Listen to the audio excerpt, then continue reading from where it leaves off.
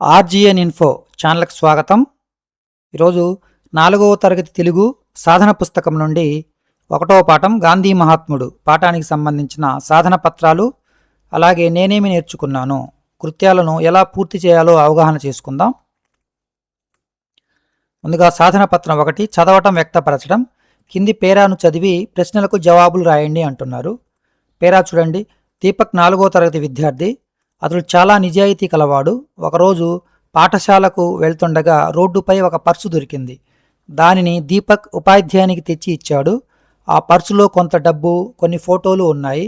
ఉపాధ్యాయుని ఆ పర్సు ఎవరిదో తెలుసుకొని వారికి అందజేసింది. దీపక్ నిజాయితీని అందరూ ప్రశంసించారు. మొదటి ప్రశ్న చూడండి. దీపక్ నిజాయితీ కలవాడని నువ్వు ఎలా చెప్పగలవు? సమాధానం, పర్సును ఉపాధ్యాయునికి ఇవ్వడం. తర్వాత ఈ కథ ద్వారా మీరేమి తెలుసుకున్నారు? నిజాయితీగా ఉండటం ఒక గొప్ప లక్షణమని తెలుసుకున్నాను. మీకు ఏదైనా వస్తువు దొరికితే మీరేం చేస్తారు? ఆ వస్తువు ఎవరిదో తెలుసుకొని వారికి అందజేయడానికి ప్రయత్నం చేస్తాను. 4 మీ పాఠశాలలోని నిజాయితీ పెట్టెలో మీరు ఏ ఏ వస్తువులు వేశారు? పెన్సిళ్ళు, రబ్బర్లు, పెన్నులు, బలపాలు మొదలైనవి.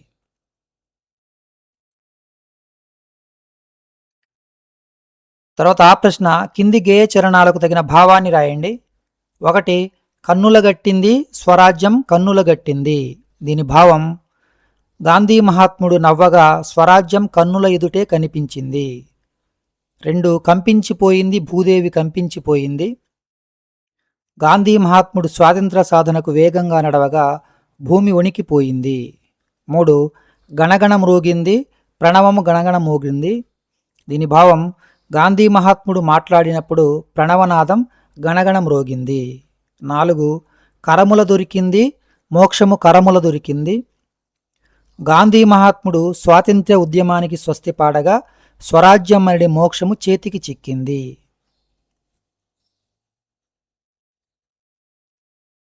సాధన పత్రం 2 కింది పేరాను చదివి ప్రశ్నలు తయారు చేయండి. ఇక్కడ చూడండి. నా పుట్టినరోజుకు అమ్మ లడ్డూలు తయారు చేసింది. పాఠశాలలో అందరికీ ఇవ్వమని లడ్డూలు ఇచ్చింది. అవి చాలా రుచిగా ఉన్నాయి. నేను పాఠశాలకు వెళ్ళాను. మొదటగా ఉపాధ్యాయులకు ఇచ్చి వారి ఆశీస్సులు తీసుకున్నాను. తరువాత మా తరగతిలోని అందరికీ పంచిపెట్టాను. అందరము కలిసి ఆనందంగా తిన్నాము. ఆ పేరా ఆధారంగా రాయగల ప్రశ్నలు: 1 అమ్మ పుట్టినరోజుకు ఏమి తయారు చేసింది? 2 పాఠశాలలో అందరికీ ఇవ్వమని అమ్మ ఏమి ఇచ్చింది? 3 లడ్డూలు రుచికి ఎలా ఉన్నాయి? 4 మొదటగా లడ్డూలను ఎవరికిచ్చి ఆశీస్సులు తీసుకున్నారు? 5 ఉపాధ్యాయులు తర్వాత లడ్డూలను ఎవరికి పంచిపెట్టారు? అందరూ కలిసి లడ్డూలను ఎలా తిన్నారు?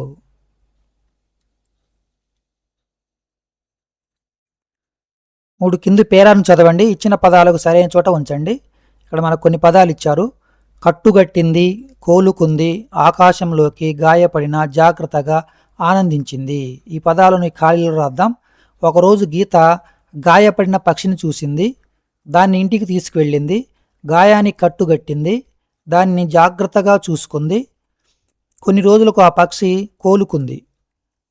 అది ఆకాశంలో ఎగిరిపోయింది. గీత చాలా ఆనందించింది.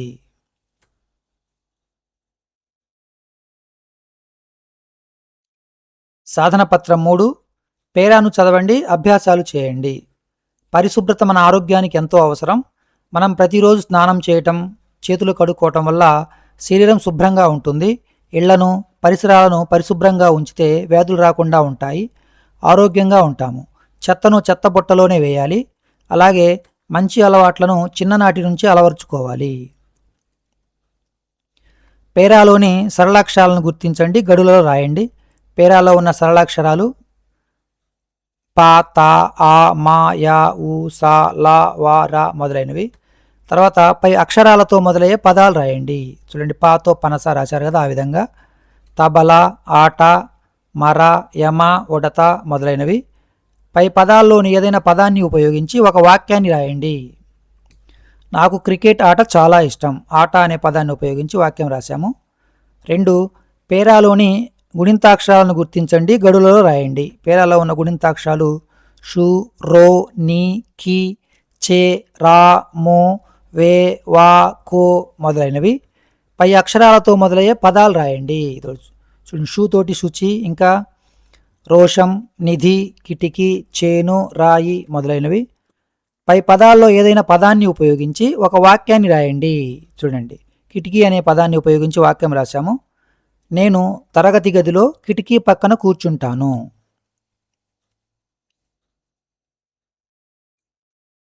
మూడు, పేరాలోని ద్విత్వాక్షరాలను గుర్తించండి, గడులలో రాయండి. ద్విత్వాక్షరాలు అంటే ఒక హల్లుకు ఆ హల్లుకు సంబంధించిన ఒత్తు చేర్చి రాసే అక్షరం. చూడండి, ఉదాహరణకు తాకు తావొత్తు, కాకు కావొత్తు ఇలాంటి అక్షరాలు అన్నమాట. నా, టా, లా మొదలైనవి. పై అక్షరాలు ఉండేలా పదాలు రాయండి. తా, కా, నా ఈ అక్షరాలు ఉండేలా పదాలు రాయాలి. చూడండి, ఉత్తరం తా ఉంది కదా, అలాగన్నమాట. అక్క, నాన్న, పుట్ట, అల్లరి. పై పదాలలో ఏదైనా పదాన్ని ఉపయోగించి ఒక వాక్యాన్ని రాయండి. నేను ఉత్తరం అనే పదాన్ని ఉపయోగించి వాక్యం రాశాను. మా ఊరి జాతర గురించి నా స్నేహితుడికి ఉత్తరం రాశాను. పై పేరాలోని సంయుక్తాక్షర పదాలను రాయండి. వాటితో సొంత వాక్యాలను రాయండి. పేరాలో ఉన్న కొన్ని సంయుక్తాక్షరాలు. పరిశుభ్రత. చూడండి, సంయుక్తాక్షరం అంటే ఒక హల్లుకు వేరొక అక్షరానికి సంబంధించిన ఒత్తు చేర్చడం అన్నమాట. పరిశుభ్రత సొంత వాక్యము, ప్రతి ఒక్కరూ వ్యక్తిగత పరిశుభ్రత పాటించాలి. వ్యాధులు, వర్షాకాలంలో అంటువ్యాధులు వ్యాపిస్తాయి. సాధన పత్రం 4, కింది అనుకరణ పదాలను జతపరిచి వాటితో సరైన వాక్యాలు రాయండి అంటున్నారు. వనజ పకపక నవ్వింది, వనజ వలవల ఏడ్చింది, వనజ గబగబ ఉరికింది, వనజ చకచక నడిచింది, వనజ గజగజ వణికింది. ఈ జత చేసిన వాక్యాలను ఇక్కడ పక్కనే రాయండి.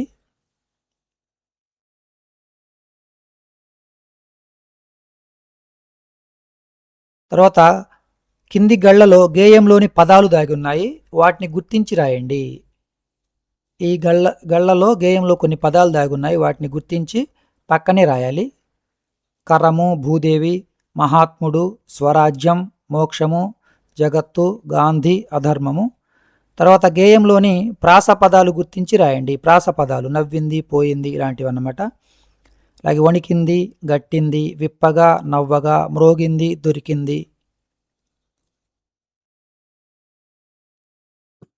కింది భ్రమక పదాలను గమనించండి, అలాంటివి మరికొన్ని రాయండి. చూడండి, మహిమ ముందు నుండి వెనుకకు, వెనుక నుండి ముందుకు చదివినా ఒకేలా ఉంటాయి. ముఖము, ఇంకా నటన, పులుపు, నందనం, కిటికీ, టమోటా ఈ దీర్ఘం తీసేయండి సరిపోద్ది. జలజ. గీత గీసిన పదానికి అర్థాన్ని గుర్తించండి.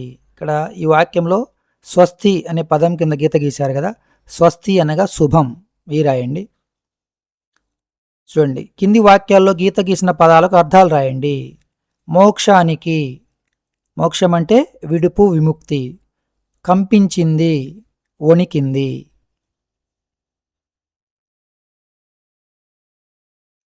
సాధన పత్రం 5, కింది వాక్యాలలో గీత గీసిన పదాలకు సొంత వాక్యాలు రాయండి.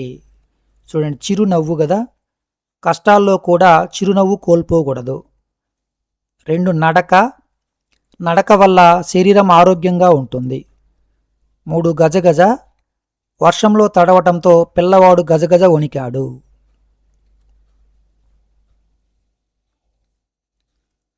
తర్వాత గడులలోని కీలక పదానికి సంబంధించిన పదాలు నింపండి. పదాల ఆధారంగా వాక్యాలు రాయండి. చూడండి, కీలక పదం స్వాతంత్ర దినోత్సవ వేడుక. మనకు కొన్ని పదాలు ఇచ్చారు. ఆగస్టు 15, ఉపన్యాసం, ఇంకా దేశభక్తి, జాతీయ జెండా, కార్యక్రమాలు, జాతీయ గీతం మొదలైన పదాలు రాయవచ్చు. ఈ పదాల ఆధారంగా వాక్యాలు రాద్దాం. ఒకటి వాళ్ళే రాస్తున్నారు. స్వాతంత్ర దినోత్సవం నాడు పాఠశాలలో జాతీయ జెండాను గౌరవంగా ఎగురవేశారు.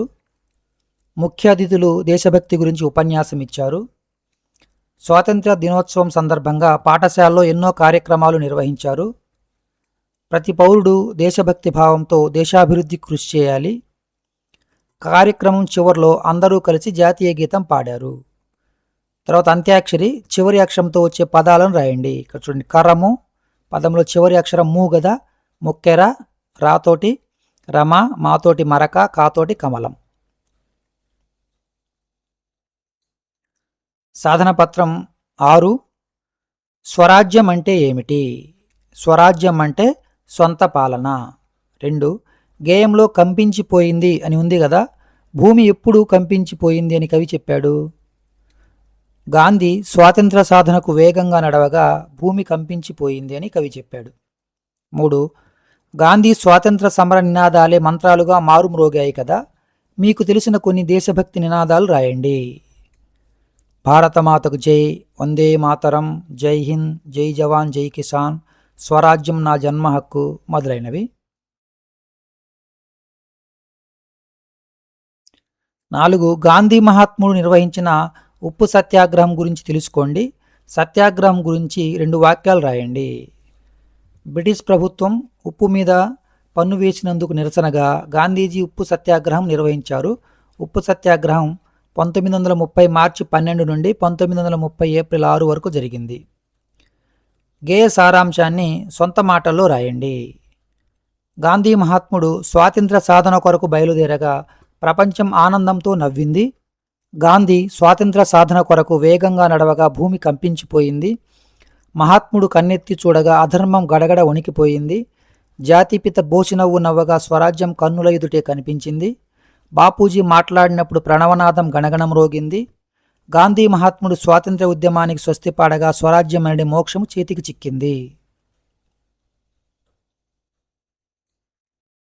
6 గాంధీ మహాత్ముని గురించి మీరు ఏమి తెలుసుకున్నారో 4-5 వాక్యాల్లో రాయండి. గాంధీ మహాత్ముడు భారత స్వాతంత్ర సంగ్రామంలో అత్యంత ప్రముఖ నాయకుడు. ఆయన 1869 అక్టోబర్ 2న గుజరాత్లోని పోరుబందర్లో జన్మించారు. భారతదేశానికి స్వాతంత్రం తేవడం కోసం ఆయన సహాయ నిరాకరణ ఉద్యమం, ఉప్పు సత్యాగ్రహం, క్విట్ ఇండియా ఉద్యమం వంటి ఎన్నో చారిత్రాత్మక పోరాటాలకు నాయకత్వం వహించారు. గాంధీని జాతిపిత, బాపూజీ, మహాత్మా అనే పేర్లతో గౌరవించుకుంటారు.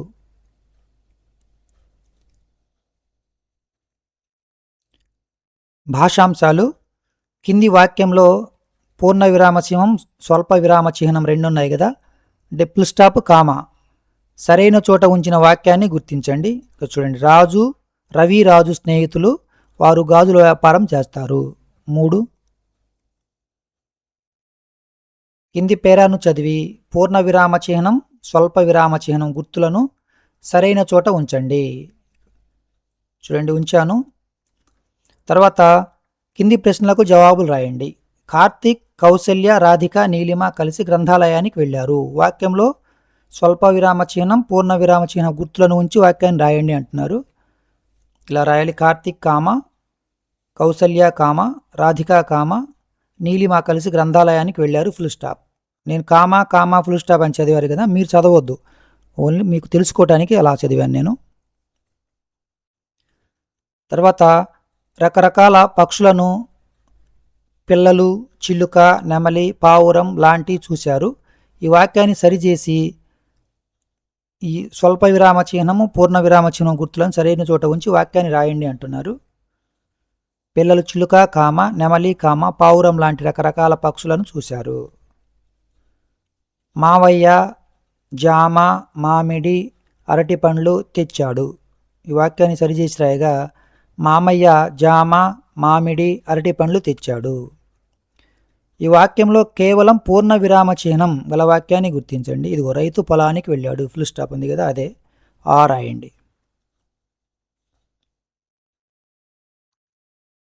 తర్వాత గేయాన్ని పొడిగించండి. ఇక్కడ గేయం ఇచ్చారు, ఆ గేయాన్ని పొడిగించండి.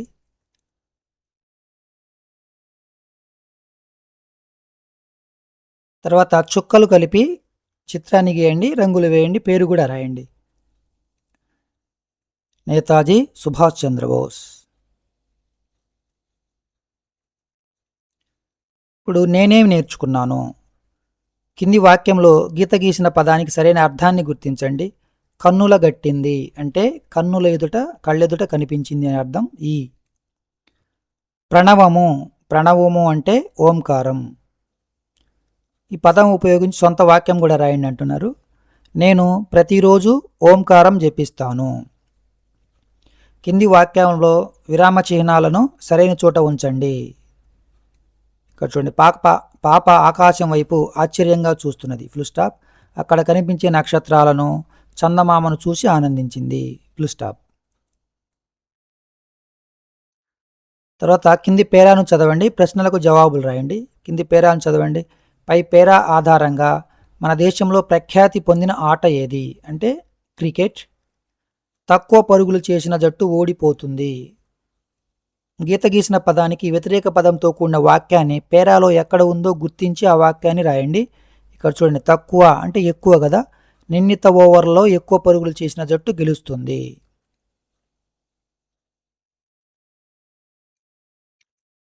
మీరు స్వాతంత్ర్యోద్యమ కాలంలో జీవించి ఉంటే దేశం కోసం ఏమి చేసి ఉండేవారు? నేను స్వాతంత్ర్యోద్యమ కాలంలో జీవించి ఉంటే స్వాతంత్ర్యం యొక్క ప్రాముఖ్యతను ప్రజలకు వివరించి చైతన్యం కల్పించేవాడిని. స్వాతంత్ర సమరయోధులకు నా శక్తి మేరకు సహాయం చేసేవాడిని. దేశ స్వేచ్ఛ కోసం శాంతియుత ఉద్యమాలలో పాల్గొనేవాడిని. దేశభక్తి గురించి 2 వాక్యాలు రాయండి. దేశభక్తి అంటే దేశాన్ని ప్రేమించడం, గౌరవించడం, దేశాభివృద్ధికి తన వంతు బాధ్యతను నిర్వర్తించడం.